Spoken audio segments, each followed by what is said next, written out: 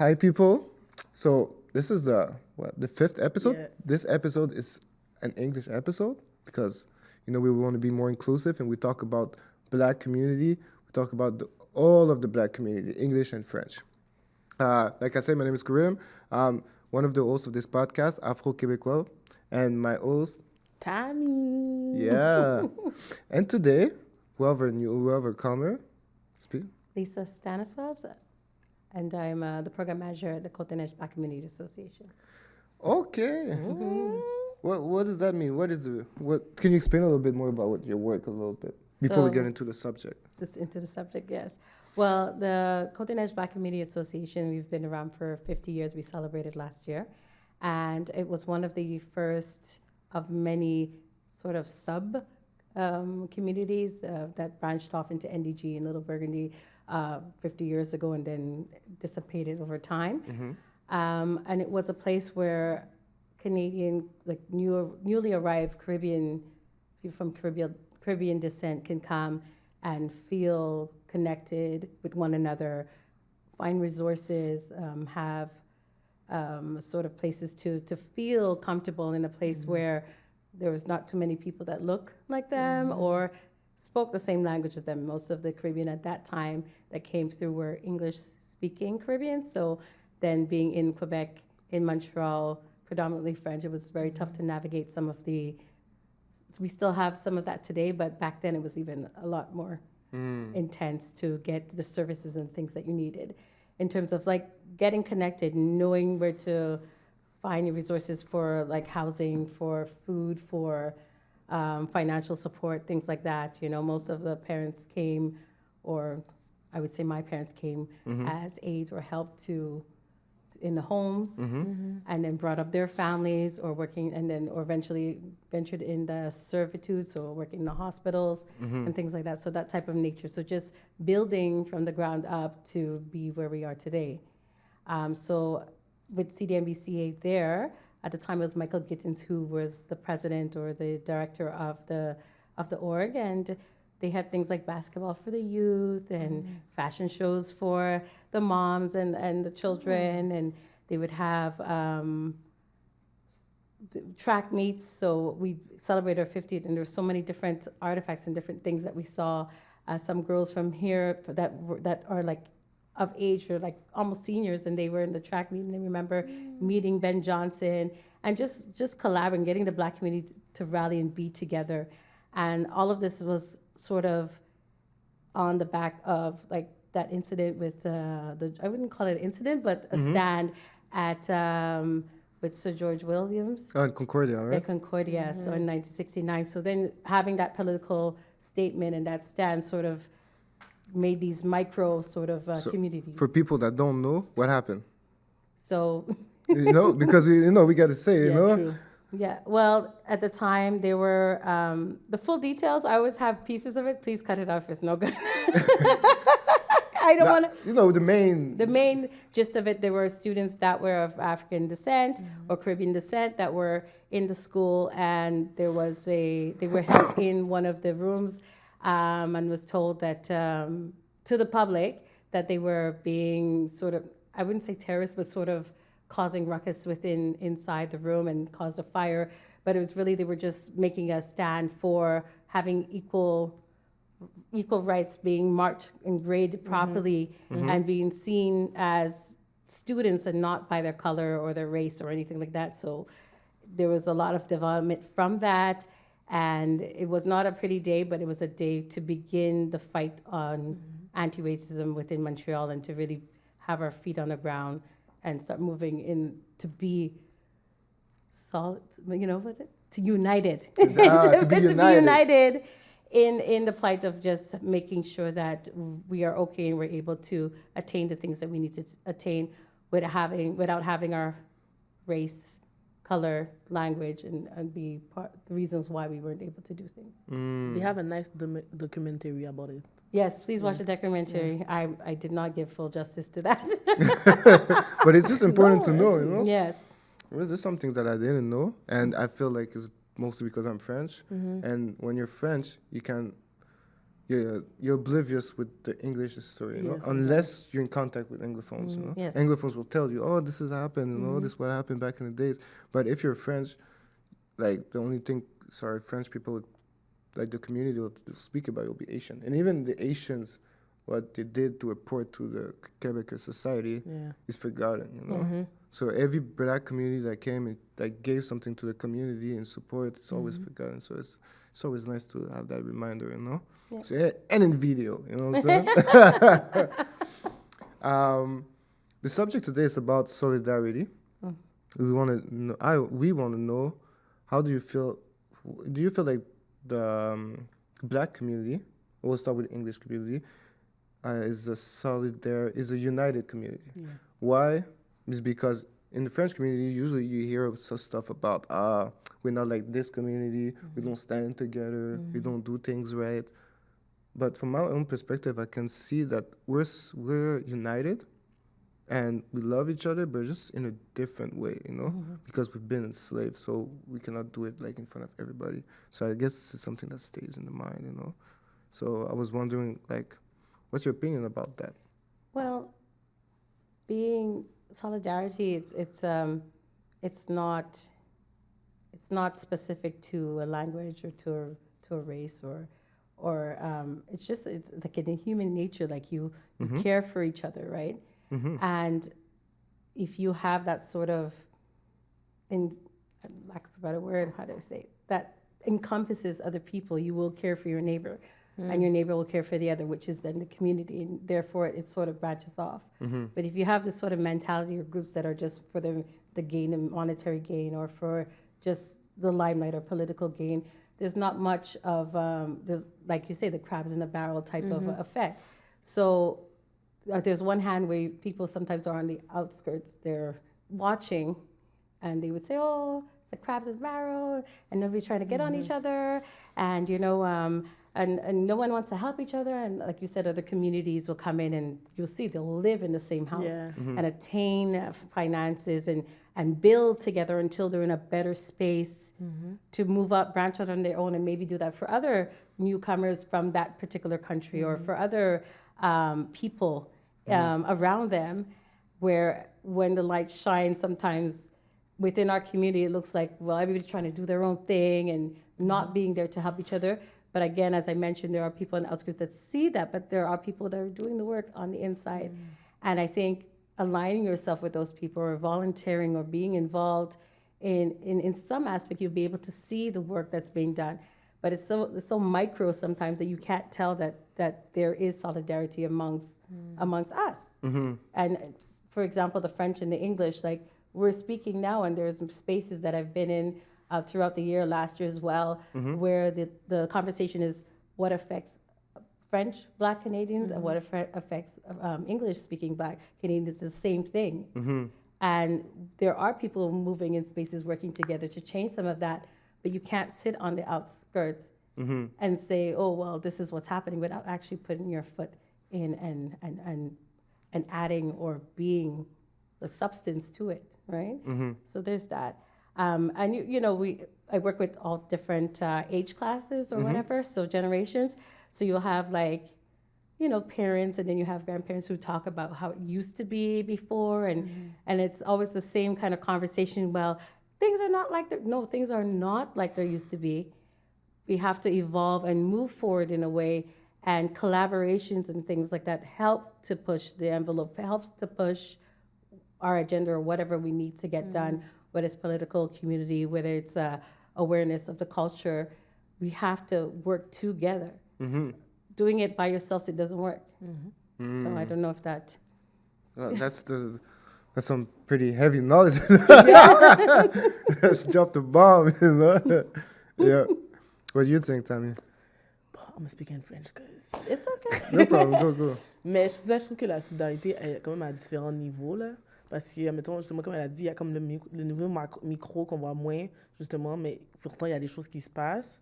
Mais je pense qu'au niveau macro, qu'est-ce qui arrive, c'est que, justement, les gens, quand ils regardent de l'extérieur, comme elle a dit, c'est qu'ils voient la communauté noire en général, mais dans la communauté noire, il y a plein de sous-communautés doivent travailler ensemble, puis après ça, il y a un bigger picture, mais on n'est comme pas individualisé parce qu'on est noir, genre c'est comme tous les noirs.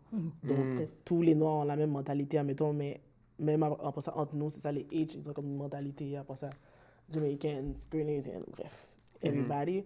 Mais I feel like ça fait la même chose, ça fait que, mettons, les francophones vont se mettre ensemble, les anglophones vont se mettre de côté.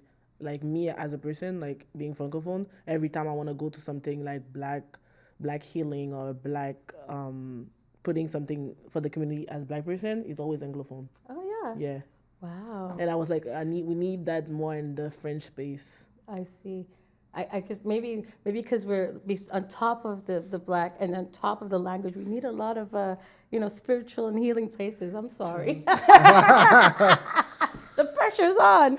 But no, that's fair. And I've never recognized or seen that before. So that's something that's to take into consideration because we do programming we want everybody to be inclusive and to come and definitely, take their woes away and relax and to have a space to be themselves and to meditate and to, that's good news. I didn't know that. See? You didn't know that. You see? Yeah. Because the assumption is like, you have it because French, you're connected. You know what I mean? That's what we see. But we've been, we've been colonized by a different master. Yes. Yeah. And our master was a little schizophrenic.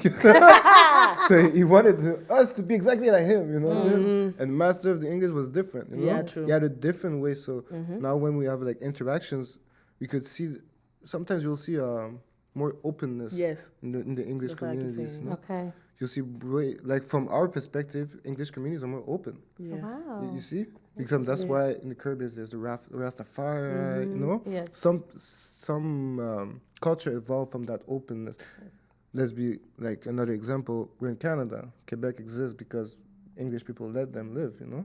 Like they gave them the opportunity to have even though they were discriminating, they're not like, they don't have that assimilation concept, you know? Okay, so it brings a different vibe, you know? No, I definitely see that. And like you're saying that there's space within the English community to have differences because we then classify things as English and French. So there's Haiti, and then there's the Caribbean with all of these other countries that speak English. I mean, there are other French-speaking Caribbean countries as well, but in Montreal, it's Asians. It's Haitians. We take over. Shout out, I'm not Asian, you know? Nah, you see? No, I'm the other community. I'm Guadeloupe. Oh, see? Well, there we go. Interesting. But we're like, you know. But I feel like that's also a thing because I feel like because the Caribbean community was smaller in Montreal, I feel like every West Indian put themselves together. Like you don't see like difference and because Montreal is like Asian. Like French is Asian. It's funny you say that because I always use this example. In Trinidad, right now it's a melting pot. There we have Asian, we have African, we have Indian, Arab, we have Black, we have Indian. Oh.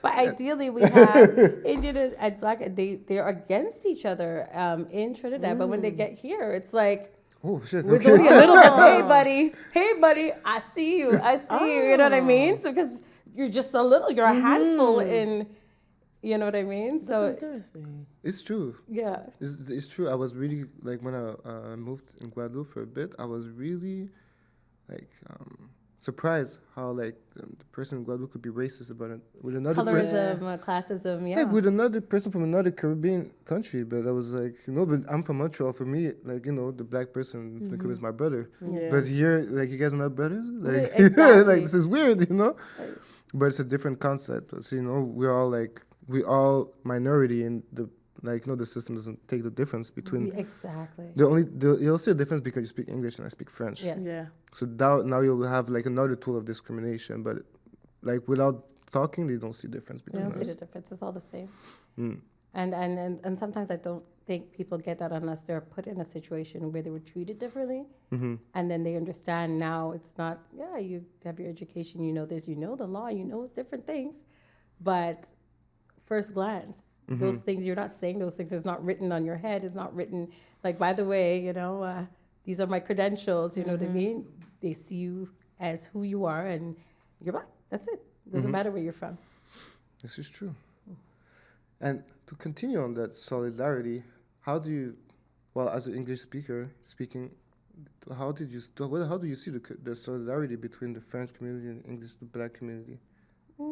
It's a difficult one. I find the younger generations now are trying to do. It's a crossover. Our world is smaller now. So with social media and then just different, if social media, you get to be a part of different things that you wouldn't have been, like when I was growing up. And and so then you kind of stay in your cluster, you stay in your bubble. And now in order to access different things that you want, for example, if you're into boxing or if you're into, I don't know, cooking or whatever, everybody can get on and learn from each other. So therefore, by learning from each other, you have a bigger reach because you're trying to learn new things. And sometimes new things you have to step out of your sort of your race, your group, your bubble to learn different things. So I find the younger generation is doing a better job of collaborating and doing things together. For the most part, English and French. I went to Vanier, so Vanier is English college, and when I was there, they used to have Jakes. It was so it was a certain area where it was like the English speaking, and then the French, Haitian sort of area where the Haitian kids went, the college students went, and it was just such. It was called the Cage and Jakes, and literally it was a big separation. So you had Caribbean black or whatever, and then you have the Haitian group in this sort of hallway with the bricks like this. Oh wow! And it was literally called a Cage. And when we got there, my age group, and the year before we started this group, it was called Pride Sisters, and we really tried to get as many black people, whether they spoke English or French, Haitian, Caribbean, to work together. And that was those 2 or 3 years. Everybody, I still have friends from there that's from the Haitian community because we worked together. We did fashion shows, we did poetry shows and different things like that. And that's all to say is that it's a system. We systematically think that we need to stick in our bubble and not move forward, and not until someone says, hey, I'm dealing with this. Hey, I'm dealing with this too. Why not meet? Why not speak? Why not find solutions together? And that's super important to realize that we, as much as the language is a barrier, we are experiencing the exact same things. Yeah. Yeah, true. We often say, like, what's happening in Montréal is going to come down to Côte-Neige. Eventually, it's going to go to the west. It's coming down. So if you don't deal with it here, it's eventually going to trickle down to wherever you're at. We are in the same melting pot. We are the same people. That's true. We're all in the same space. But my space of, I think, connecting with the West Indies was Carnival. Well, yes. And that's a big help, the music too. and dance, I feel like that was a moment where everybody was just happy. Yes. So we can actually connect. And then after that, like, I stay friends with people, and then we talk and realize, like, we're living the same life. Well, it's a cultural aspect of solidarity, right? So experiencing each other's cultures and learning and having those spaces to showcase it and inviting, quote-unquote, outsiders. It's lack of a better word, but to come in and take part in the festivities and learn and eat and talk. And this is what humans are, to love and express each other in enjoyable situations, right? And this is how you open up and have favor with someone else. So it's super important to have spaces to do that. And to answer your questions, with the English and French speaking population, black population here, we need to have more forums or more places where we can have open conversation about things, whether it be the arts, whether it be community, politics, just having a comfortable space to feel safe and know that no one's really judging you or judging where you're coming from, but just tackling each subject or each situation. In community. Yeah. Yeah. I feel like there's some groups that's doing it, like I used to do to Never Was Average, and they do like sisterhood, brotherhood, or healing spaces with yoga, trap yoga, and that was cool. But the thing is, it was like a mix. But when most of people speak English, I feel like everybody that speaks French shut down. Yeah, because they're like, oh wow, I find it's the opposite. So I really see we're talking about the same things here.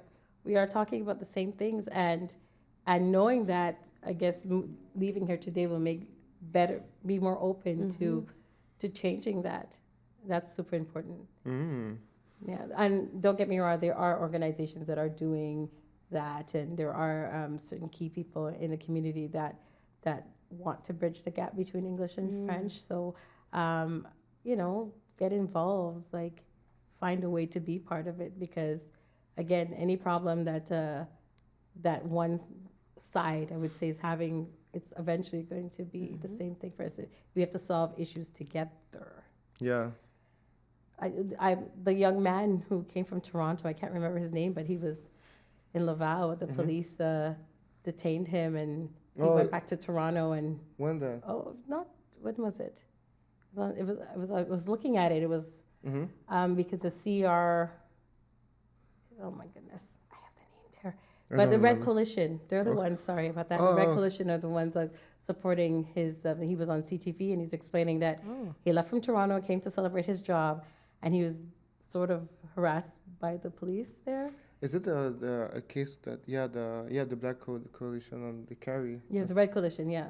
The Red Coalition. Yes, they are the ones that are sort of supporting, backing him up and having the case be exposed and for people to hear about it. If you go on their Instagram, you'll see all of the things. There's videos, because there was no video cam, like a officer cam. So, but people were videotaping the things that happened in it. It was so intense, and I'm sitting there, and I have 2 young boys, and I'm just like, as much, you can't turn it off and say it's not going to affect you, because you're going to feel the effects, because you have young children out there.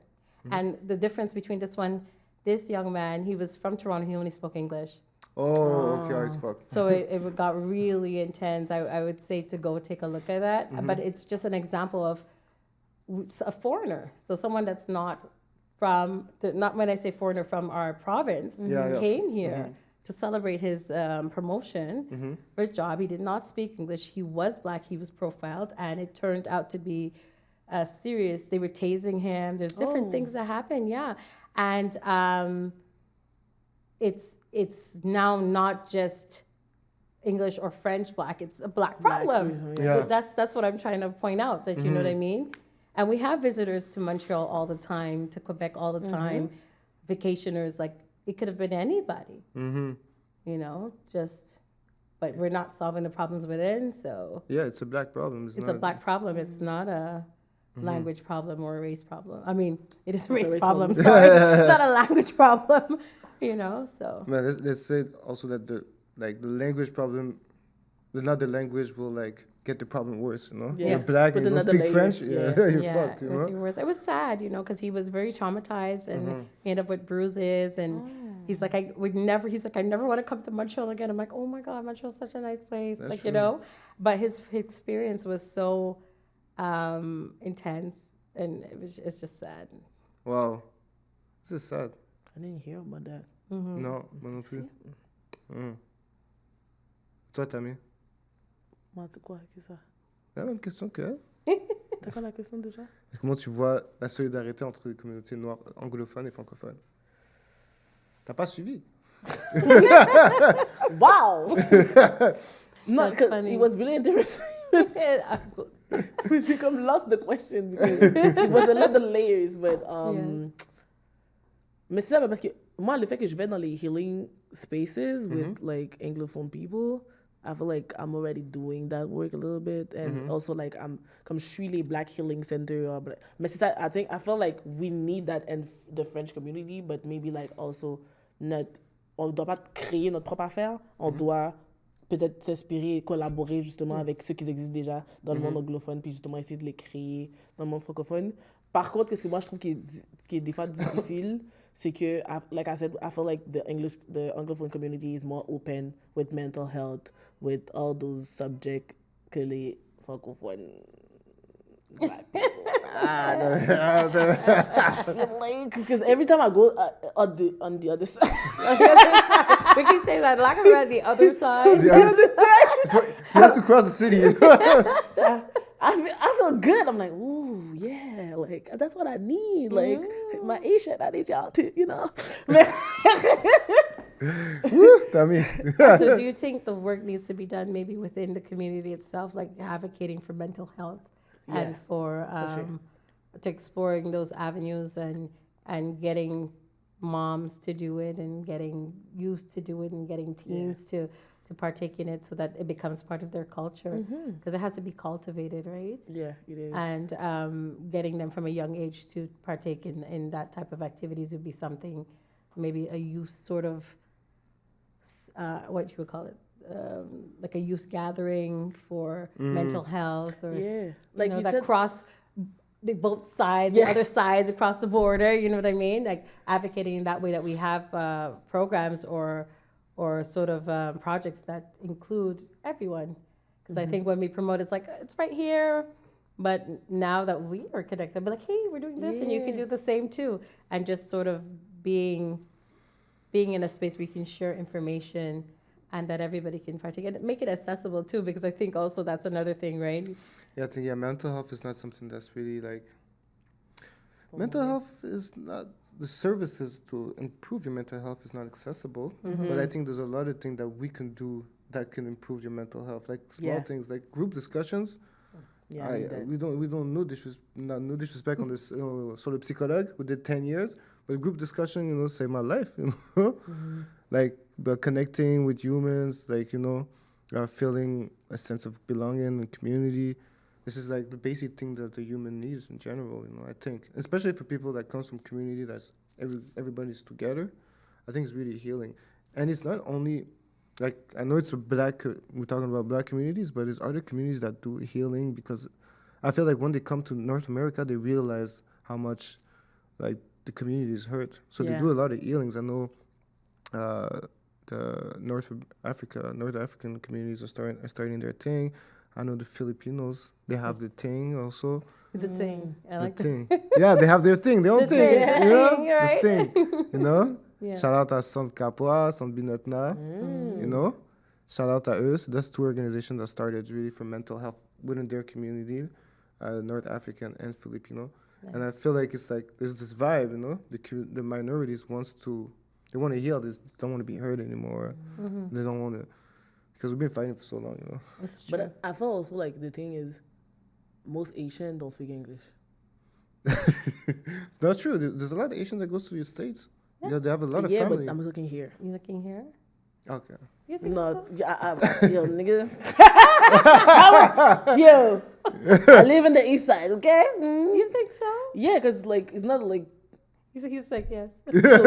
So sometimes it's creating a barrier. Like, that's what I'm saying. Like, I went to, like, healing places, and because everybody was speaking English, the only, like, other people that were speaking French that shut down because they don't speak English.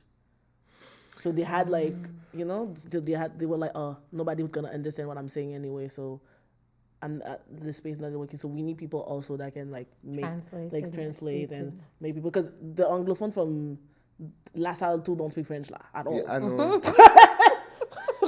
But what I realized is it's such an handicap, Yeah. Like I was working with someone who was like only speaking English.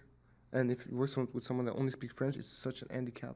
Especially, like, not in the East End if you only speak English, but in Côte de Neige, everybody's bilingual, So some people speak French, some speak, like, brother, you need to speak both. But it's not easy because, like, at school, we don't learn, like, the Francophone side, we don't learn French. Not English, I mean, like, the most English that I learned, it was, hi, my name is, la.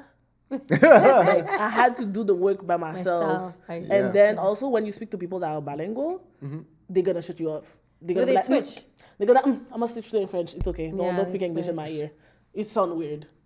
Yeah, I remember in high school my English was like really terrible, But my my guy in high school, my boy, this nigga, he spoke French, and I was like, we were Sec 4, and I was like, how did they let you go up to Sec 4 with that type of French? You serious? Like, this was crazy. The French was crazy. I was like, what? He went to an English school with learning French. Is that it? I don't know. No, he was. I think he was in. No, he was in an English private school or French private school. But it was Sri Lankan. But he spoke French. I remember all my life. I was like, I used to tell him, and he took mon chapeau. Yo, Pam. T'as secondaire 4? And he used to always make fun of my English all the time, because well, at least you had that in common, so we were making fun of each other, But the fact that Côte de Neige is a neighborhood that was like mostly Anglophone, it helped a lot, because the east side is just French. Yeah. So you don't have to learn English if you just If you don't like have if you to. want to learn for music for yourself, yeah, but to function in the But East, that goes back to staying in the bubble. When you yeah, stay in the bubble, then you do True. exactly that. Mm. you're segregated. And do you think the solidarity between the black communities, where like the black communities from Montreal is united with the black community from Toronto? No. I don't. Oh. I don't think so. I think some Montrealers, they left and were like, bye. Like, you know what I mean? I have a great group of friends that are originally from Montreal and moved to Toronto. And we went to something, and I think Toronto it's a beast within itself. So even them staying connected, we went to this function and there were people seeing each other. It's like, oh, so you came down for this? They're like, no, I live here. What do you mean you live here? No, I've been living here for 5, 6, 12 years. And not even knowing that they live in the same province, the same city, because it's massive, right? Oh, wow. And so us Montrealers like, y'all need to stick together. We need to stick together. If we were here, we'd be kumbayaing every day. Like, what happened? You know, every day, you know? Like, we need to stick together. It was a very funny conversation because we were just like, the rest of us who just came to this, to the function, we all came from Montreal. Just like, how do you not know that you guys live in the same city? Like, how? Like, you know what I mean? And it's people that they were friends before, like they moved, you know. So it was just strange. And Montreal, Toronto is it's a beast. They're on self growth. They're on leaving what's there and moving forward. I mean, there are some community groups that will that you can partner with. I have a friend who works for a community group out there, and we try to sort of bounce ideas off each other. Because for me, it's like, yeah, we're in Quebec, but they have a larger Black community, so I try to check it out. So what are you guys doing? Or what are we doing about the teams? Or what are we doing about... And she's like, oh, we're doing this, we're doing, you know. But they have a lot more numbers in terms of people attending stuff. And the funny thing, they're Black Montrealers who live there, and they love speaking French. When they were here, they hated it because it's not like this. So they're like, oh, we can talk in French now just freely. So they're so happy to speak it, and I'm just like, I'm in Toronto, I don't want to hear you right now. I don't hear you. You know what I mean? So it's funny that when you're it's like a pressure cooker, and when you're out, you're like, I'm out. I don't want to be in there anymore. You know what I mean? So in terms of working, like back to your question of Torontonians sort of helping with, I don't know too much about that, but I do know that they have like their communities as well, like Black communities that they sort of have advocate for, you know, sports and leisure and different things like that. And I see the attendance because of folklore dancing, of drumming. Like here we have West Cam out there. They have like the different sort of groups. Everything is just in surplus over there, right? Okay, so, that's like an American city. You know? Yeah. It's a baby New York. Okay. Baby Baby New York. Baby New York. I love that. I love that Baby New York. You know, but they have their challenges as well, and just like us, they need to work together. Okay, but it's like at least they just don't have the language barrier, but just also so you have the affluent community versus those new arrivals and things like that. Those pieces need to be sort of cultivated and put together, right? Because there's also a sort of sense of classism too. We don't speak about it because we don't fully see it, but it's there. Okay. Very subtle, but it's there. Yeah, it is. It is there. But within all Black communities, there's a sense, you know, because we live in the scheme, you know. So, yes, exactly. You know. So just tackling that as well, because if you help at the bottom, it helps the top eventually. Exactly. But the idea is that you stay at the top and you don't help the bottom, like. No. you need someone to step your foot on to be to move. Exactly. You know. But or to help so they can help others, you know. But you, Karim, you didn't answer the question. Yeah. Yeah, me? I didn't answer the question. What was the question, please? What was the question now? Yeah. You know, you're the co-host. You tell me, what was the question? Wow. So how the English and the French and Anglophone community as Black people can get together? Can get together? I think it's a good question. Because in both communities, I'm kind of an outsider. So in French, I'm not Asian, you know. So I'm also an outsider, you know, and you know I'm French, you know. So I see things from a different perspective. That's what I was going to ask. Is there a better vantage point being removed from it? I think so. I think there's a lot of things that I don't take personal because, you know, it's not like... Yeah, true. It's not my people. Like, you know, it's my people, but it's not my people, you know? And actually, you know, and I'm kind of lucky, you know, because my people are super bougie. You know? I'll be like, damn, that's not my people. So, yeah. But I feel like as an outsider, I think it's easier for me to be close to the English community or to the French community and to want to like build bridges because anyways, you know, I have to build bridges on my own all the time, you know. I have to build a bridge to chill with the Asians because I have to, you know, I have to accept that the fact that they think they're alone in the Caribbean.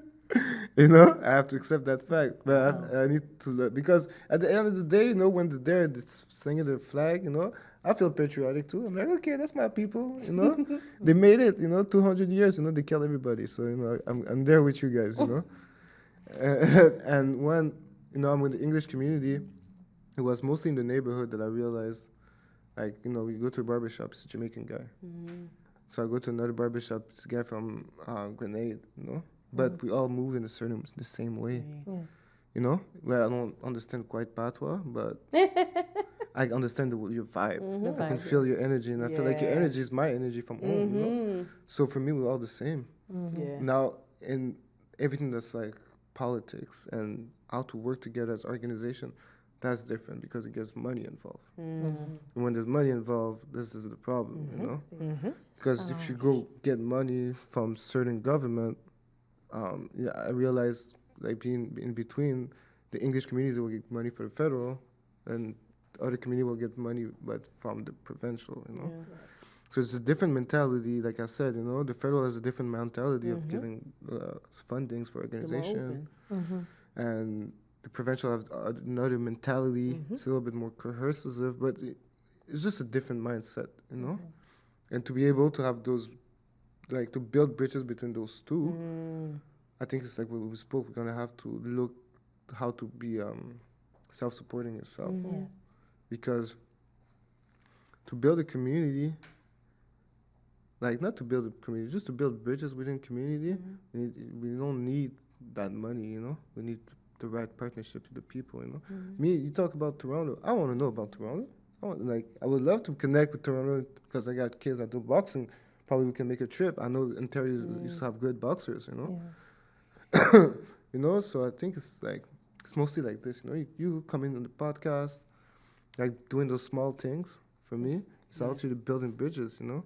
Because I don't think you guys would ever, like, speak in, like... Yeah. Well, maybe. Yeah, she shares my spirit, though. I like... Yeah. Like, hey, let's rock, you know? Yeah, that's so, nice. You know, so this is nice, you know? And it can be done during the pandemic. I can't remember if it was 2020 or 2021. It has to be 2020. And we did Driving While Black at CDMBCA. I don't know if you know about that one. At the time, Tiffany was the ED.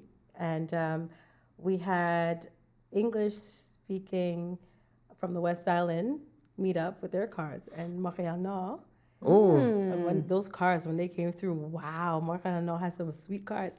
But we met up in Côte-Neige by the Carrie area. Okay. And it was like a procession of cars just to combat driving while black being profiled. Yeah. Right? Oh. And so that was done. I don't know if you remember. So yeah. And it was so funny because they got stopped on the way from the police. You should have paid the They got stopped on the way, but those cars were sweet. That's what I remember. You know, you're hearing all the engines, like, wow, you know, and they're all belong to, it was also nice for the kids to see that you can have these things, you know what I mean? And so it was a nice sort of small space and time that we took up where both sides came together, but it can be done if you have the key people and saying the right things and being in the right room and speaking again with the right people to make things like this happen, whether it's cars, whether it's yoga, whether it's boxing, you know what I mean? Just finding avenues to be together. Like you do it for carnival, we know how to be together for exactly. carnival. We Yeah, just buy your everybody's together. costume and the music is there and we're There, together, exactly. right? I know when I go to New York, it's like, what is this sea of blue and red? It's all the Haitian flags coming down the parkway. Like, oh my God, like I'm gonna get trampled. Like, you know what I mean? I'm like, I'm staying to the side. I enjoy it. The music is intense. Yeah. Everybody's going, but I'm like, I know when to stand back, and I'm just like, thank you, thank you. Third band, fifth band, you know what I mean? But we know how to do it in festive sort of Yeah, situations. exactly. Yeah. Now we need to know how to do it for things that are meaningful in terms of longevity and day-to-day things. But I think maybe if it passed through art, like music, Yes. like you said, like Goes to the theater heart. or those things, I feel like there's no language to those things. And those are and we'll always have those things. We had those things from the beginning of time, you know, like hieroglyphics and all of this stuff. Oh, food. Food. To the beginning of time, you know what I mean? But and maybe that's what's gonna bring them, you know, like food. Oh yeah, food you always know what I mean? Always bring everybody together. It does. Breaking bread, right?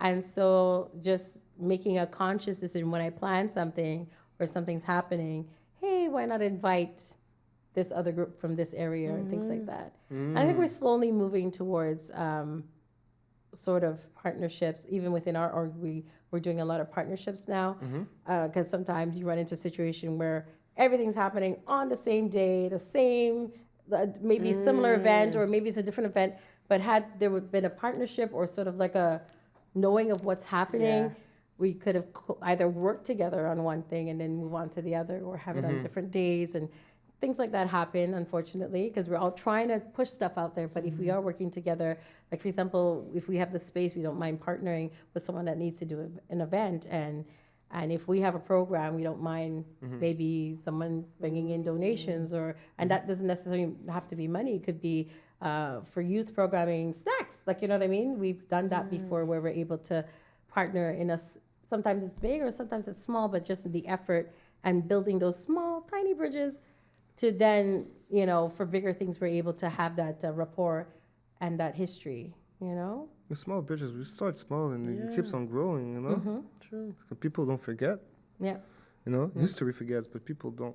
people don't. Yeah. But I think just different organizations coming together, that's one thing. Because I feel Yes. like exactly what you said, like everybody need money. So I feel like everybody's doing their thing, so they can say, oh, we did that for money. But if you could put this some together, actually, it will have a real impact with the people from And there's funding that you can get when you partner. So instead of asking a loan, you're working with certain organizations, and they ask for a letter and different things to show that they are not just themselves, but partnering with the community, which means other community organizations or other groups, which means you're accessing a lot more people. And at the end of the day, the numbers count, you know what I mean? And what you're pushing out there counts. So if you can get more people engaged, why not? That's the thing. And we want to partner. I think most of the funders, they like to see that you have a partnership. Yes, You know? yes. They want to see that you're doing partnership. But like everybody says, you know, you got to do what you got to do to make sure your people is paid, you know. Yeah. And sometimes you don't have time to do partnerships. Sometimes, but I think taking the time to to create relationships, it's a basic of community work, you know. Sure. Even if you don't have a partnership at the time, you know, take the time to say, talk, hey, how you doing today, you know.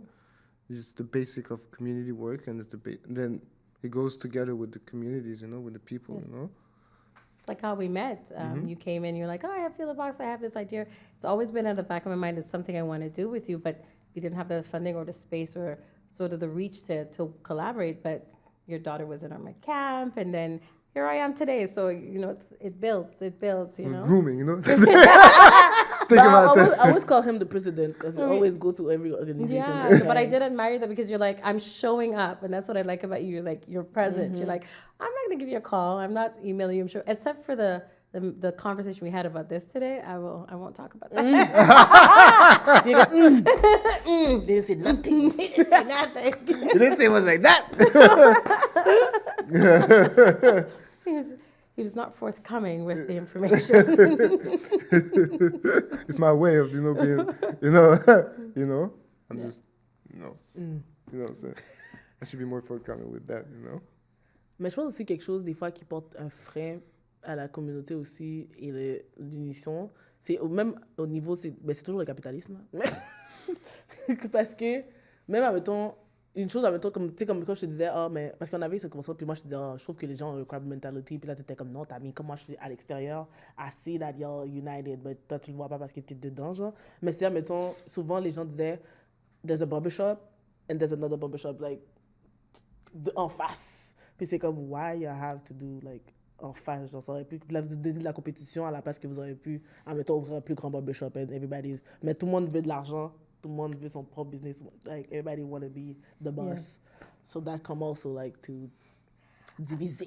I'm going to challenge that, though, because in the actual community, the city itself, you'll have McDonald's, you'll have Wendy's, you have Tim Hortons, you have, you know what I mean? They're all in it. So just following the same sort of map for business, right? And it'll draw business there because maybe your shop does the haircuts and stuff, but they get the facial and the what? I don't know. Exactly I don't know. Maybe they're selling rims. I know in West Island there was one they were selling rims. Huh? Right? Yeah. Okay, yeah, yeah. Okay, shout out to that. That's what I remember that. I was like, rims? What is going on? You know what I mean? And in the States they have the bootleggers. I don't go to barbershops. I don't know if they have bootleggers here. They sell like, hey, I got.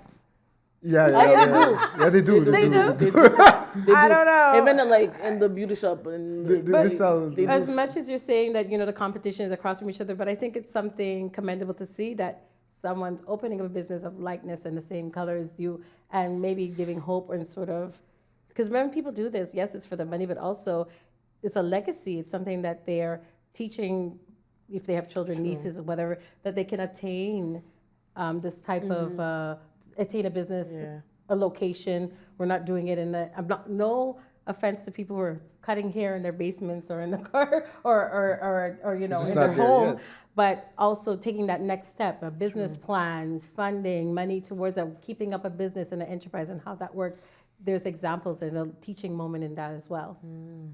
I think for those businesses, it's not even only I don't see it only as a business, but I see it as part of the community. Barbershop, it's everybody knows the guy who has the barbershop, if it's in Côte-des-Neiges or if it's in DG. Not everybody's gonna like Alex. Maybe they want to go to Frank. I don't know. True. Frank works across the street, right? So everybody got this, his own preference also, But it's true. I already heard the barber say yo, I don't understand, man. Those guys, they open up a barbershop and another barbershop and another barbershop. Exactly. But like you said, it's capitalism, You think there is demand all the time. If you will be a barbershop 24/7, you probably have more money, At nighttime and you sell liquor, I don't know. There was one lady in the States who had it was on I can't remember exactly where I saw it, but the idea was she had night daycare. Oh, whoa. Oh. Right? So she was getting a lot of people coming in, people like, oh, why you take it? How social media gets, oh, why would you leave your child at night daycare? Yeah, and all those different things. And one of the women said, well, when I was little, my mom would have visitors and I'd be home. I'd rather be in the daycare playing or doing nap time as opposed to being present for whatever activities are happening after 9, right? Or the person's actually going to work. They're actually going to work. And so then finding niche, taking notes. That's a good business. Like daycare, and it works because there are people who need this type of service because they work night shift, they work in the hospital, security, they work at the airport, different things like that. We keep hearing that. I remember my dad was used to work security 4 to midnight. I was at home. I was at home by myself at 10.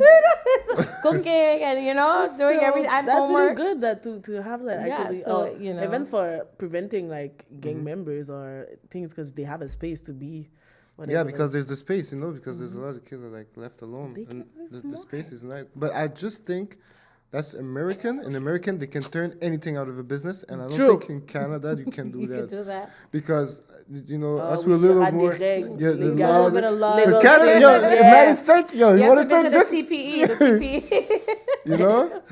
That's why they have a bunch of liquor store. Yeah, no regulation. Yeah, so I think... But it's really a good business. That's worth investigating, Yeah, exactly. That's really good. Oh. Because like when you live in the Caribbean, you have always people around that you can leave the kids with, or you can like. It's a community. Exactly. Yeah, it takes So a community. we need that back here, but we lost it when we come here because stress bills. Everybody's trying to survive. crabs in the barrel. You know.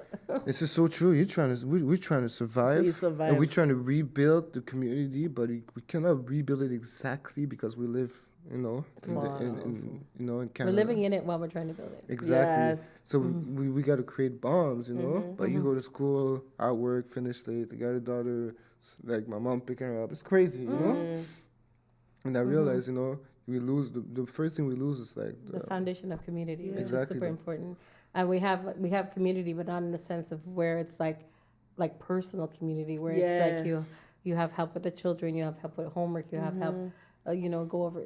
Everybody's sort of attaining their own things and living in different areas and moving out further in the outskirts for houses and different things. So actually meeting and being together is a hard thing, I admire communities where like they're the nona, the grandmother, and everybody's everybody's there and everybody's all together and it's festive and I find sometimes we lose some of that just trying to chase the dollar or trying to survive. I swear to God. Sometimes I'm like, why you people come here? You're gonna suffer, man. It's like one of those again. I guess you see what I frequent the social media feeds, right? So the guy's like, this is me working overtime to get money to go back to where I was from that I left to make a better life. True. Oh my goodness. Yo, it's so expensive to go back home. Yeah, for so he's no working damn reason. to go back home to vacation where he left to come to make a better life. This is crazy. This is sad. This is sad.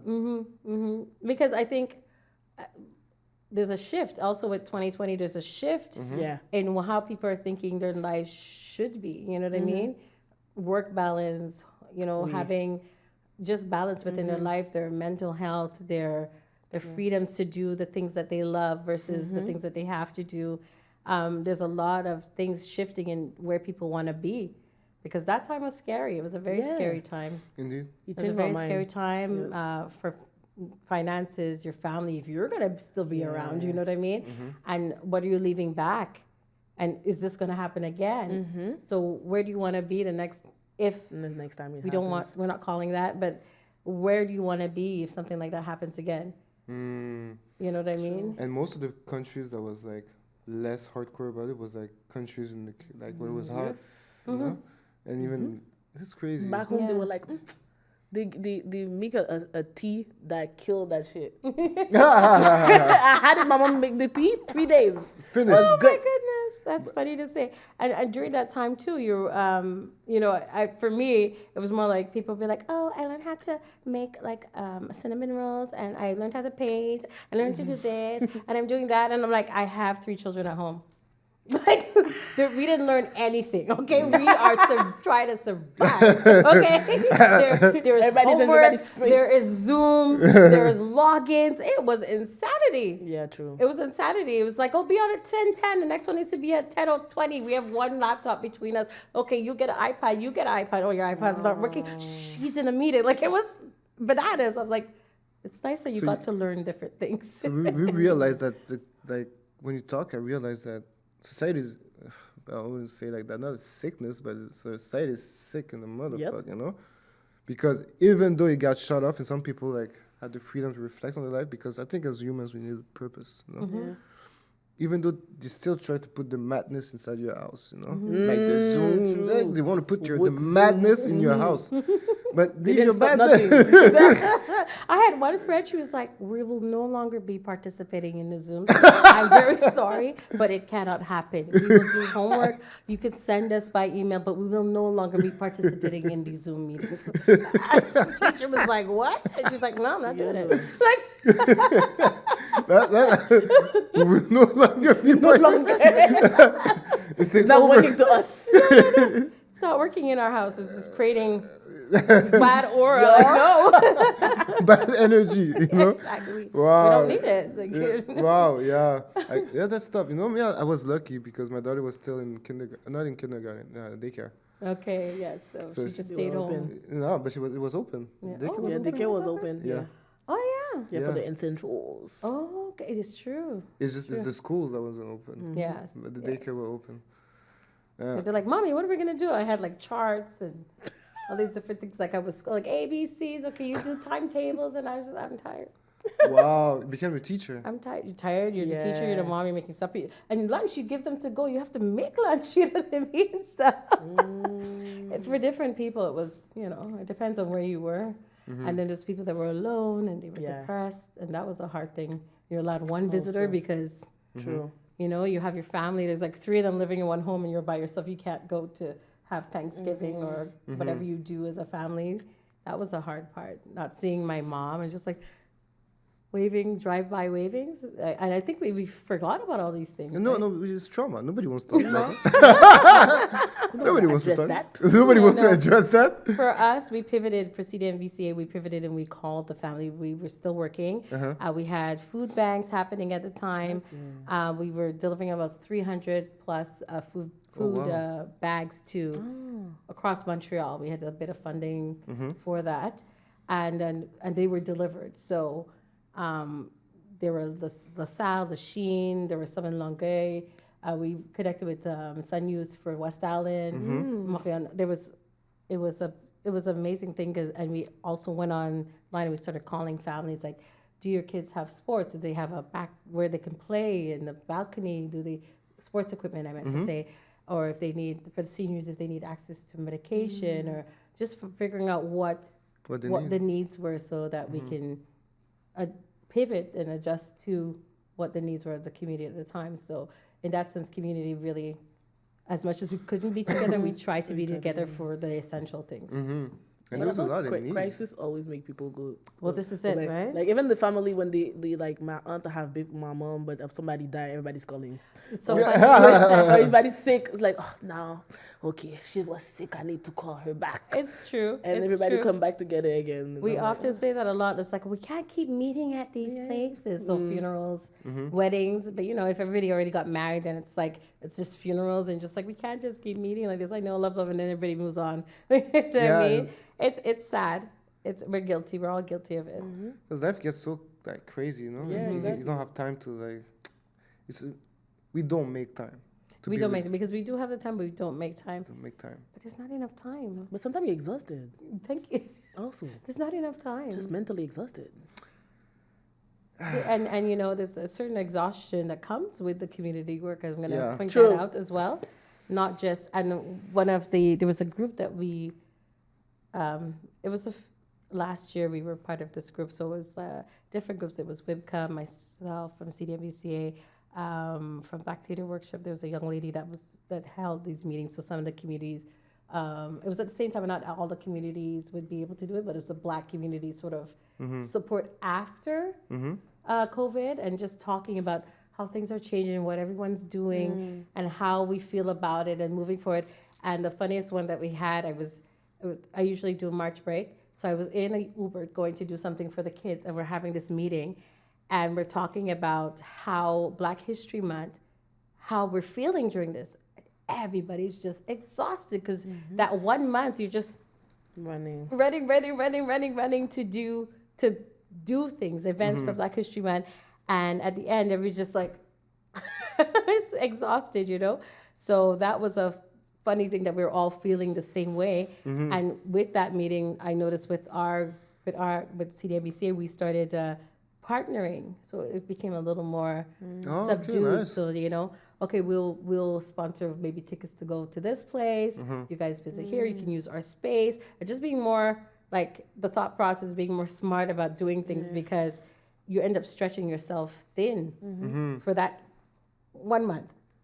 That 1 month. I mean, yes, Black History is every day of the year, but when having to do all of the events, and I'm sure everyone in the community feels it as well, Yep. because, and then after that, it's like International Women's Week, so you're like, you're hustling So to there's the always next an thing. event. There's always something. There's always something, There's always so you have to be on top of things way in advance, and then see what people are doing. Try not to be doing the same things. True. And then if you can offer help, offer help. That's my takeaway with Offer help. offer help, and partnering for this solidarity that we're looking for. That, and, you know, and inviting people in. And if they don't know, say, well, this is how it's done. I think, like, you talked about a lot of the solidarity, like, that we're looking for, you know? Yeah. Like, you've been expressing a lot of things that, you know, we think, or most people think that doesn't exist, you know? Yeah. The way you guys partner, the way you guys, like we tried, you know? Yeah. We, We try. And no person is perfect. There's bumps along the way, but if you're able to go back, review what was happened, fix it, and then try again, then that's what you have to do. It's never going to be perfect. You're dealing with the community, dealing with people. Humans. No, dealing with You people, know, yeah. you're dealing. People have their view on things, and it's, you know, less. You're trying for less fallout as much as possible. But not everybody's going to be happy. Not everybody's going to like what you're doing or want to see more, or maybe it's not their cup of tea. So for them, you're not doing anything because it's not something that they want to do. So we have to be mindful that people's feelings and how it's their feelings. It belongs to them. And there's only so much you can put out and hope that who's receiving it receives it. Yeah, when you give something, you give I think it you freely. just said something that make me think, like, when it's not something that you want to see, sometimes you don't see it Yes. true. Ça vient de me faire changer de perspective. Oh. Oh. Parce que I feel like I need more mental health things, but they're still doing things for real. C'est juste, like, moi, les choses que je voudrais que la communauté fasse, ils font pas encore, so je suis comme, they're not doing nothing. Oh, wow. Damn, okay, awareness, Momo, spiritual awakening. That's good, we always learn. We always grow, every day. Every day. Good. You Puis know? aussi, comme c'est ça, comme elle a dit aussi, comme des fois quand tu vois la zizanie, t'oublies de voir le bigger picture that people are still doing things even though they're not okay with it, or some people not gonna like it. Yeah.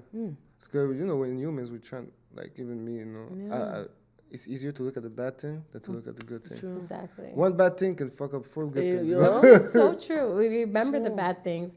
It's almost like in day-to-day life, well, they did this and they did that, but what about this? Oh, oops. Well, true. see, what had happened was, you know. So it's very easy to see the negative. I don't know why our minds work like that. I don't know neither. That's a good question. I don't know why our minds work like that. We see, you know, and not until you sit there and do self-reflection and you're processing whatever it is, they're like, oh, okay, maybe not, you know, just calm down. And I think, but also social media and all these different things give us less reaction time. Okay. So we don't have time to contemplate or to think. It's like everything, you know, the 7 It's seconds right for a now, reason. yeah. Right now, you know. So if things are coming at you and you're not getting the time to look at it and to put it, you know, separate it, categorize it, and then see how you feel about it, you will have, like, you know, knee-jerk reaction to things. And so it's important to sort of self-regulate. As Yeah, well. with the social, that's for sure. Because Thank you so much. I'm growing today. I need to think about those things. it's true. And then I was thinking about that, like, yesterday or this morning. Just how, you know, you look at your feed, but if, like, the feed is going to feed you, the feed is feeding you. Yeah, this motherfucker. the feed is feeding you what it seems like you like, you know? So you're going to watch, like, 100 videos of the same topic, you know? So you're going to think that topic is the topic of the hour. Right. But that's just for you. That's just for you. Just because Your you like that. algorithms are setting it up for you to feel that way. That's you, you know? And that's also the same thing if you live in a bubble. Because you're seeing the same things, and that's your access is within the bubble. It's not outside of the bubble. Coming out of the bubble. Damn, I'm gonna have to draw more tonight. But thank you though. Like, you see, that's why I love this conversation, because I'm growing and I'm learning, and this is a small community, but we're gonna reach people when the podcast is out, and that's gonna help to I appreciate that. change Thank mind. you. Yeah, no, you really. Thank Yeah. you. Thank you. Yes, yeah. See, I knew it, you know? He's like, I knew it. I knew it. Tell me much information. No, but I was scared for this one too. I was like, but no. You guys made me feel very comfortable. I thank you. Yeah. I'm a talker too, so once I get into it, I'm in it. But Yay. beforehand, I'm like, oh, I But you're not just yapping. You're really actually saying things. Who says that? I respect that. Thank you. I respect that. Thank Because some you. people just talk, you know. Yeah. But since and today I have 3 revelation, I'm like, oh damn. Because even like the cancel thing, because I'm like, when I'm on the feed and I see someone do something, I'm like, look at you. But I could like take a moment and be like, yo, that's a human actually. Like you can grow. Maybe today he's saying that, Today's your tomorrow bad you can day. learn, you know. The camera's there on the bad But day. and they don't have time also to actually, when they're in the heat of the something, they have to make excuses. So sometimes we're like, that don't seem that you think about that. Like it seems really fake. You don't have a good PR team. You know what I mean? Exactly. So now that I'm thinking about it, like it makes you more judgmental, you know? Exactly. So True. you're like, yeah, but you're supposed to do that the right way, you know? But running into comments is like, it's a thing. A friend of mine was like, yo, did you see the comments though, right? Yo. Some of them are funny, but then some of them it's like really like, how are you so serious about this one situation? It's not. It's a joke. It's comedy. You're trying to meme. No, because sometimes I'm like, yo, calm down. Breathe, I know. breathe, nigga. And we have to allow space to make mistakes, space to be silly, to be funny at our own selves. If we don't allow that, then what's the point? It needs to be the book because you're saying that, but in your life, if we follow you in the camera every day, we're gonna find something. No, that's for sure. We're gonna find something. But let's say like every time, I don't know why I don't have Twitter, but they say that Twitter is fucking crazy. I don't have Twitter either. I stuck to Instagram. I have it, but It's too much. The I don't people go are often. like the comments and everything is Crazy. like crazy. Crazy. And I don't know why, but Twitter I heard is like really. Yeah, it's the dark side of it's hell Oh, wow. of the internet. No. now I'm never going. No, people are mean. Sometimes it's funny though, but people are mean. Yeah. They do Well, some memes with your. The way how they rolled up on P. Diddy and R. Kelly with those things, they're too fast. They're too fast. Yeah, no. Yo, that was crazy. They're too fast. No. PDD and R. Kelly was But I feel like cool, TikTok also. TikTok is really. They were really fast with it. I was like, there's no, But I what's think going on? you can get positive content from social media. Yeah. Depends on like if you actually work your algorithm, you gotta fight with them. You know? Yeah. You gotta fight with it. You can get some positive content. I'm always like, I have only affirmations coming to affirmations and do this for affirmations. I'm like, how many affirmations I'm gonna do for the day? I need to work. Yes, I'm affirming that the money just flows, but I need to work. But no, your algorithms, you really have to work on it. it.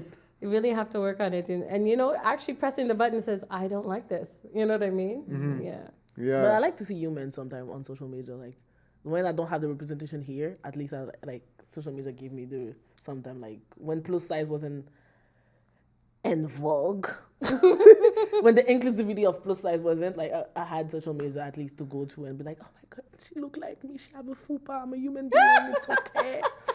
And also like to see black people because I feel like in Montreal also like I don't see like a lot of black people talking about subject that I care about. So sometimes I'm like, at least I have social media to connect with other people that are living the same thing as me and look like me. And that's the important thing. And that's the divide. Your passion should be your divide, not your race, not the language you speak. Your passion should be your divide. So, I mean, you explore other things, but you're concentrating on the things that you love, the things that you like, and that should be what separates people, and not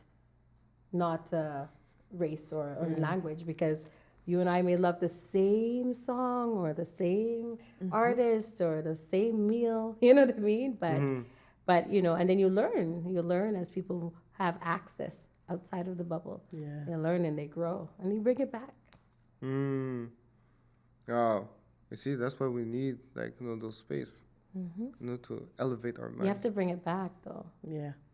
You have to bring it back. You can't just I have this, thank you, and then you're gone. You know what I mean? You have to bring it back. But if you don't bring it back, you lose it. Yeah, yeah, and no one can learn from it. Really. That's true. No one can learn from it. Ça revient à notre épisode justement de la communauté, tu te rappelles Stéphanie, je pense, qui disait ça aussi, qui disait que comme you need to talk to the elders and they need to teach y'all and we need as a community to come back, go talk to your aunt. Don't lose the recipe that they have, the things that orally we learn. We have seniors, like I said, we work with the youths, teens. I use when I'm saying 6 to 12 teens, families, and also seniors. And our senior group is so vibrant, you know, and they're just, they don't mince words. They tell it as it is. I love them for that. They're not, they've done it all. They're like, I don't need to hold my words back. I'm going to tell you how I feel. And just having moments, we're trying to create moments where there's intergenerational sort of projects where they can speak with the teens or the youths and just get them to work together. And they're so happy about being able to spread their knowledge to young people. Young people at first are like, but then they're like, oh my God, they're really cool. You know what I mean? Yeah, the seniors have done it. They said it. They've seen it all, you know, so they have stuff that they want to say and they want to share. And their views are not as close-minded as we think. Yeah. You know, there are a lot of them that are open-minded about different things and topics that's discussed. Sometimes you're like, oh, I didn't think they would be able to handle it. And they're champions, you know what I mean? I love them. We love them at BCA. They're so amazing and just... Oh, I need to come see them. Yes, please. They're Tuesdays, Wednesdays, and Thursdays between 11 to about 4. We have 2 locations, so I'll get that information to you. During the day?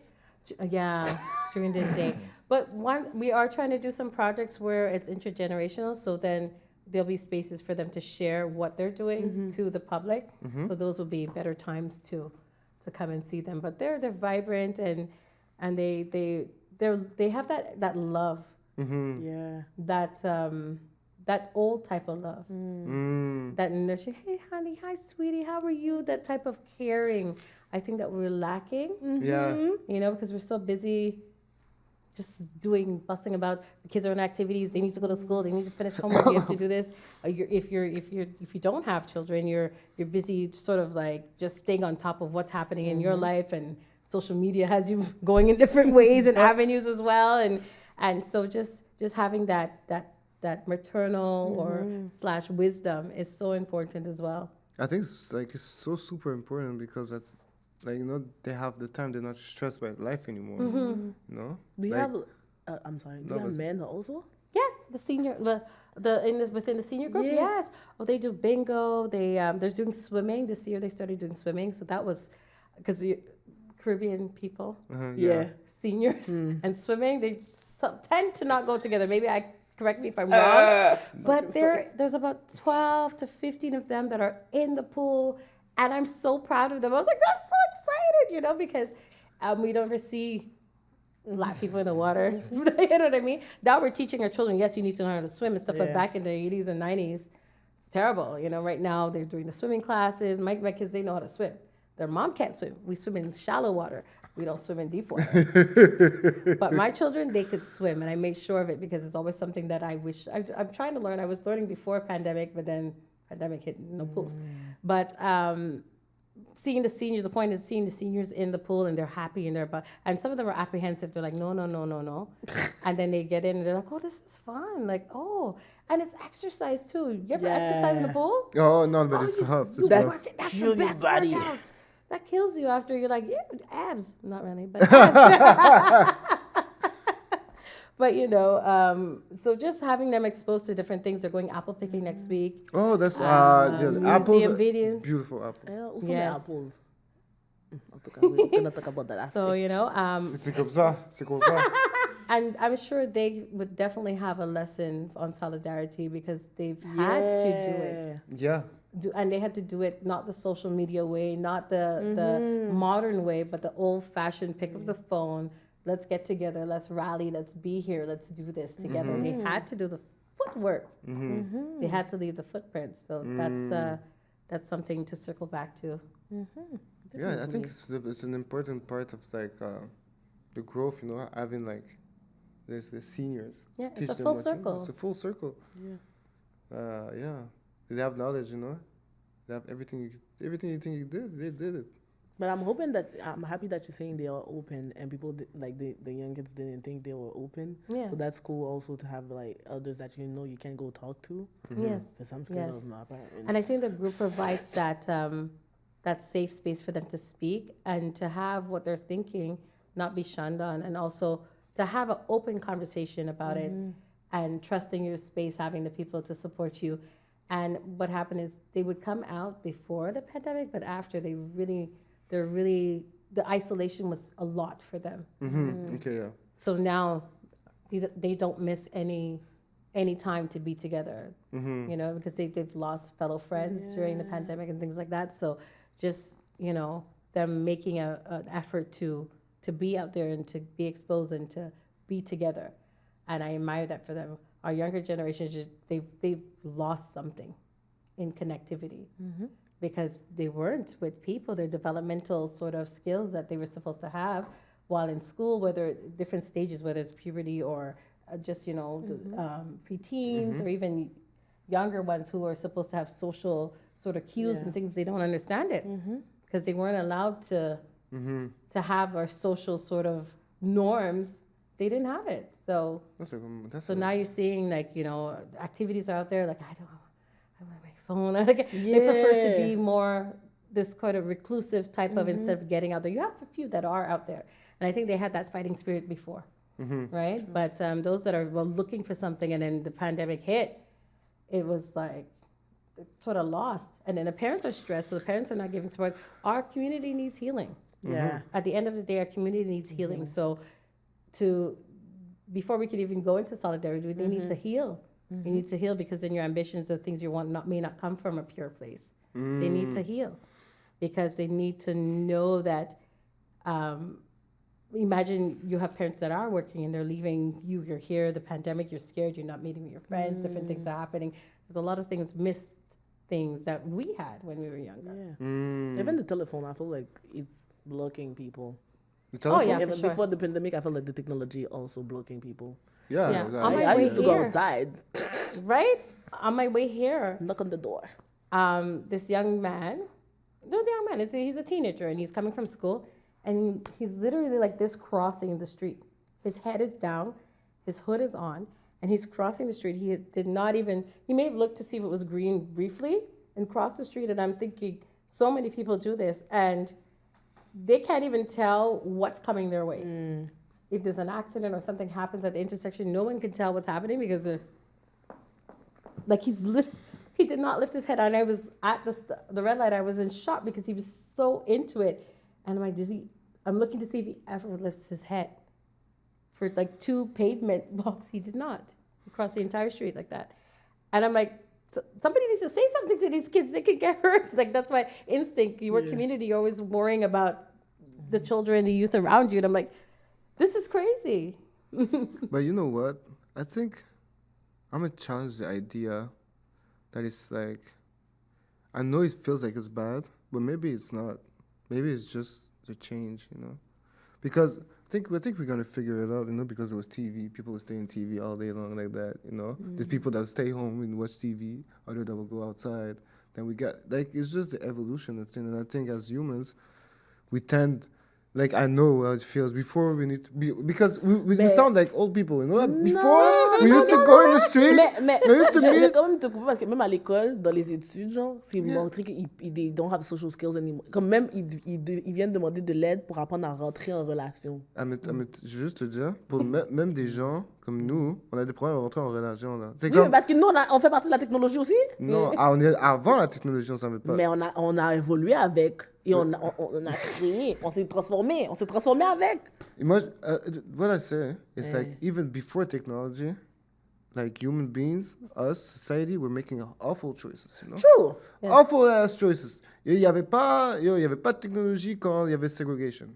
I'm sorry, bro. There was no technology. We make awful choices with or without technology, and I think I'm more optimistic.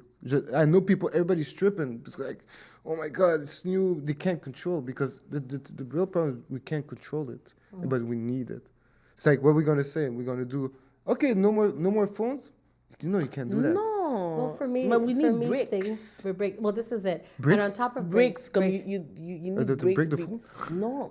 Like, no. tu prends des pauses du time. téléphone, genre. Breaks. Even human beings, like, en même Yeah. temps, dernièrement, il y avait plein d'affaires que, bon, I'm on TikTok also, and the réseaux sociaux. Mais ça disait, mettons, juste le fait que les gens s'attendent à ce que tu répondes au téléphone parce que les gens savent que tu as ton téléphone dans tes mains. So, si tu reçois une notification, les gens sont comme, c'est sûr que tu as vu ma notification. Comme il y a toute cette attente aussi de tu me dois maintenant tout de suite de ma réponse parce que je sais que tu as... Mais est-ce que je peux respirer? Exactly. Est-ce que je peux breathe? Comme je suis obligée de fermer mon téléphone, do not disturb. En plus, maintenant, iPhone a mis l'affaire que tu peux peser sur do not disturb. So, tu peux même prendre le temps de respirer pour de That's vrai. crazy. Et puis moi, je pèse sur do not disturb, je m'en fous. Tu vas foutre répondre mon message. So, je sais que je ne suis pas le problème, mais en même temps, c'est ça. Je sais que je suis pas de problème. My kids run with my phone. They're like, "Oh my God, it's ringing!" I'm like, "It's okay." And they're like, "Oh, but you're gonna miss a call." I'm like, "It's okay. It shows up. I can call back. It's fine. Don't worry about it." So I try to get them. But what I wanted to say, like, I hear you with the technology, and if we're moving forward, there's more things to come that we have to adapt. Yeah. But to remedy that, we have to Balance. have like the soft place to land, Exactly. right? So while this is happening, where and what avenues is the soft place to land? So that for you would be boxing. It would be sports, leisure, something that works not just your eyeballs, but your physical and mental state. Mais toi, t'es audacieux. Pourquoi? Parce que tu crées un organisme pour les jeunes pour qu'ils viennent faire de la boxe, parce qu'ils déposent leur téléphone pour se réunir ensemble et apprendre à être des humains, des individus, mais tu t'es comme, oh non, c'est correct. Non. Moi, non. On va réitérer. L'organisme, c'est pas pour qu'ils déposent leur téléphone. Oui, bon, je sais, mais c'est comme Mais ça qu'ils si, font. mais par contre, oui, dans l'organisme, je vais pas les surstimuler, tu comprends? The only thing you can do is either talk or box. Exactly. Mais ça, c'est le spot, non? Mais c'est ça qu'on dit, il faut une balance. Yeah, il faut un balance, Un non? break. Mais moi, ce que je disais, c'est que I'm not pessimistic about the phone. I'm not sure. I think it's going to be all right. You know? I think it's going to be Les gens all right. font l'amour avec des robots. It's not gonna be alright, my nigga. Yeah, but certain people do weird things. It's always been like that. People are weird. It's getting bigger and bigger, those people. Whose people is this? Which Non, people? non. Which side? Which side are they coming from? Non. Every side, Every side, okay. Non, ça faudrait, parce qu'en même temps, justement, quand je travaillais pendant la pandémie, je l'ai vu comme l'anxiété, de même juste, la pandémie a créé de l'anxiété aussi, mais de retourner à l'école parce que tu vas voir des humains, les gens paniquaient. Mais c'est pas des choses comme, mettons, quand on était jeunes, on avait, tu vois, j'étais pas terrifiée par le fait d'aller, j'avais hâte que l'école recommence pour aller voir mes amis, mais maintenant, c'est tellement dur de rentrer en relation que les gens n'ont pas de groupe, ils savent plus comment, mettons, parler à la personne derrière eux en classe. Comme, chaque fois qu'on a des teamwork, les gens sont comme, oh my god. Mais les gens ne se rencontrent même pas pour faire un travail d'équipe. On envoie sur, OK, on ouvre votre Google Doc, tu lis ça, tu fais ça. Il n'y a pas de communication, mais après ça, tu vas rentrer dans le working field and you have to live with all other people. Puis les personnes ne savent comment communiquer, personne n'a d'habilité sociale. Tout le monde est là dans son truc et puis tout le monde est fâché, frustré. She's raising some good points because in community, you have to get down and get dirty and be in it. Yeah, I know. I think it's going to be a challenge for the next generation, but with all challenge comes opportunity, you know? All right. Me, I think there's... Maintenant, t'es optimiste. Allez, t'es pessimiste maintenant. J'ai toujours été optimiste. I don't know. Quand je dis A, tu dis Z. Je comprends pas pourquoi. I feel I've come in onto something that you guys be doing all the time. You just said, oh, we always see the negative. Yeah. But you're right. I feel like we need to see how we can use it, but also like balance. So we need to go back to actually talk to people, talk to the elders, those kind of things. Eat together. Just eat together. Eat together. That's something. Eat I together. think we should have like a meal or something after Yes. this. Yes. Yeah, eating, you know? Yeah. Who's paying? Riri, what's up? It's like 2 minutes, sir. You've been doing 3 minutes for a while. Oh, yes, we do. Yeah. So we need like to we need to wrap it up. Signs. Oh, wow. We're gonna wrap it up. Like this. Yeah, we got to wrap it up. Yeah, thank you very much, Lisa. Oh, thank you for having me. I'm definitely comfortable now. Yeah, definitely. Yeah, it was really nice. We really appreciated everything you said, you know. And for my part, I grew today. And thank you for supporting. I appreciate it. I would say anytime, but I'm not sure. But we need and you. anytime I'm here, We'll see. But Okay. yeah, definitely for the bridges and the partnership, Yeah. for sure. For sure. And it was a pleasure meeting you today. Me too. I like this. Yeah, no. You see healing. Well, thank you. And this is how it is, you know. Yeah. Bam. Bye. Bye.